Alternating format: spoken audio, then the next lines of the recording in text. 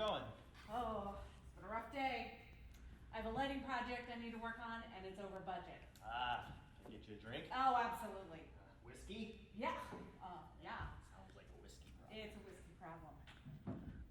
There are different ways you could approach this topic when it comes up. Let me tell you about reselecting your fixtures. When your project is over budget, reselecting the fixtures is the easiest and most common way budgets are reduced on projects. We generically call this process value engineering or VEing a job. You must do your best to be mindful of projects when value engineering. You want to keep in mind the design intent and the vision of the designers. You don't want to offer up a bill of goods that does not meet the basic requirements of the project, nor do you want to crush the design vision. It is important to maintain or better the performance of the light fixtures. And it is important to hold on to the aesthetic goals of what the designers are trying to achieve. Before you begin your reselection, you want to know as much about the project as possible. Which design and performance desires are important and shouldn't be sacrificed? And what do you feel can be changed on the project? It is good to know how much money they want to save, so you can keep that in mind during the reselection process. Now here's a picture of the Peerless Open fixture next to a CSS strip light. CSS strip light's just a regular old strip. I don't think this would look very good in the space. Now here's a picture of the same fixture next to a Slot 2 pendant light. They are both architectural fixtures. Though they have different looks, they'll do a very similar job and they'll fit well within the space. Is it all about the look and the performance of the fixture? You also must be mindful of installation time. It's penny wise and dollar foolish to suggest a cheaper fixture if it takes twice as long to install. I have surely seen VE packages that double the labor price. When you begin to dig into the fixture schedule, you're going to go type by type until you are finished. When looking at each type, there are certain things you need to be conscious of. What we're looking at here is a linear wall wash fixture that has a single power drop, meaning one place that the power comes in and provides power to the whole fixture. In the other, we have multiple fixtures that are doing the same kind of job. They're both wall washing.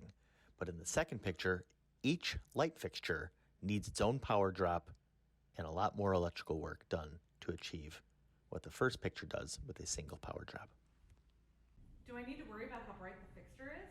Absolutely. We need to consider the delivered lumens of the intended fixture.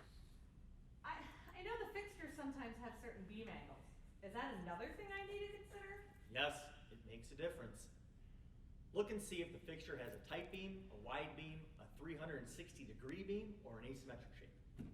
We need to understand this before suggesting an alternate. At least I don't have to worry about the shape or size of the fixture. Oh, but you do. Having an understanding of the overall sizes, shapes, and housing sizes is important. You need to be aware of aperture sizes, lens thicknesses, canopy sizes, and overall finishes. The lights in your bar give a nice effect. Is that something I should think about? Every color temperature has its place.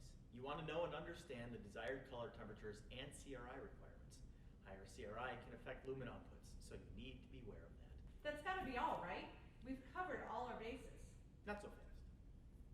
How the fixtures are mounted is very important. There are a lot of questions that you may not have the answers to until the project develops, but you need to understand your environment. If your fixture is being recessed, we need to think about what type of ceiling it is going in. Are there special requirements, and is the new fixture compliant? All ceilings have a maximum height a recessed housing can be. Are we staying within that height range? Lastly, but certainly not least, we need to know what we are installing the fixture into.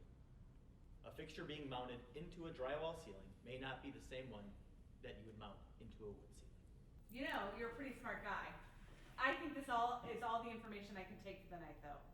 Do you want me to turn the lights off on my way out? Speaking of lights out, don't forget controls. Light fixtures of today can have all sorts of technology specified into them. You have to account for built-in sensors for daylighting, occupancy, and maybe human movement. Is there a wireless sender and receiver connecting that fixture to a control system or some sort of data collecting software? The list of types of devices that can be installed into a light fixture grows every day, it seems.